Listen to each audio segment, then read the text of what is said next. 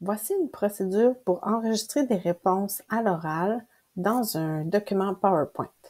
On va commencer par ouvrir un document PowerPoint. On va faire une nouvelle présentation. Je vais changer le modèle pour avoir la question et un espace pour mettre une réponse. Ce que je vais faire en premier, c'est que je vais créer un document PowerPoint modèle dont je vais pouvoir me resservir à plusieurs reprises. Donc, pour construire mon document, je vais commencer par l'enregistrer. Je vais enregistrer sous.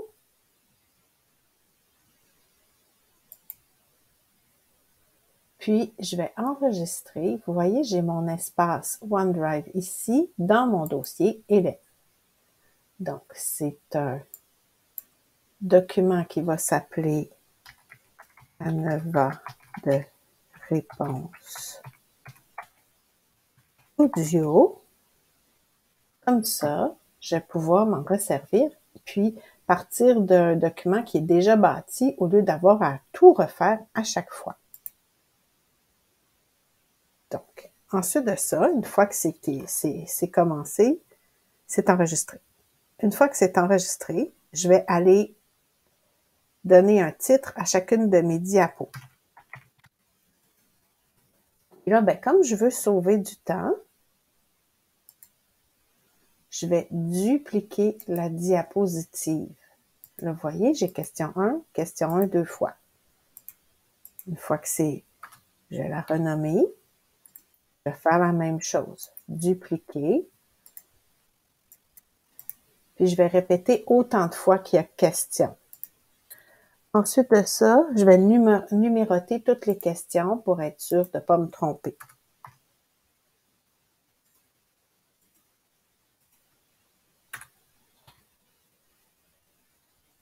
Donc là, j'ai un document avec déjà 5 diapos. Je l'ai enregistré dans mon OneDrive. Puis là, on voit ici là, que ça s'enregistre automatiquement parce que je l'ai mis dans mon OneDrive. Ça va être plus simple.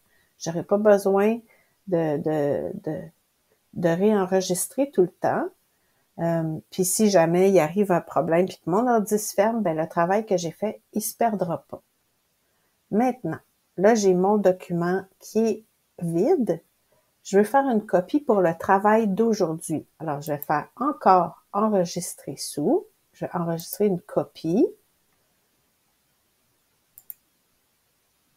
Dans mon dossier élève, mais cette fois-ci, il ne va pas s'appeler Canva de réponse audio. Il va s'appeler, par exemple,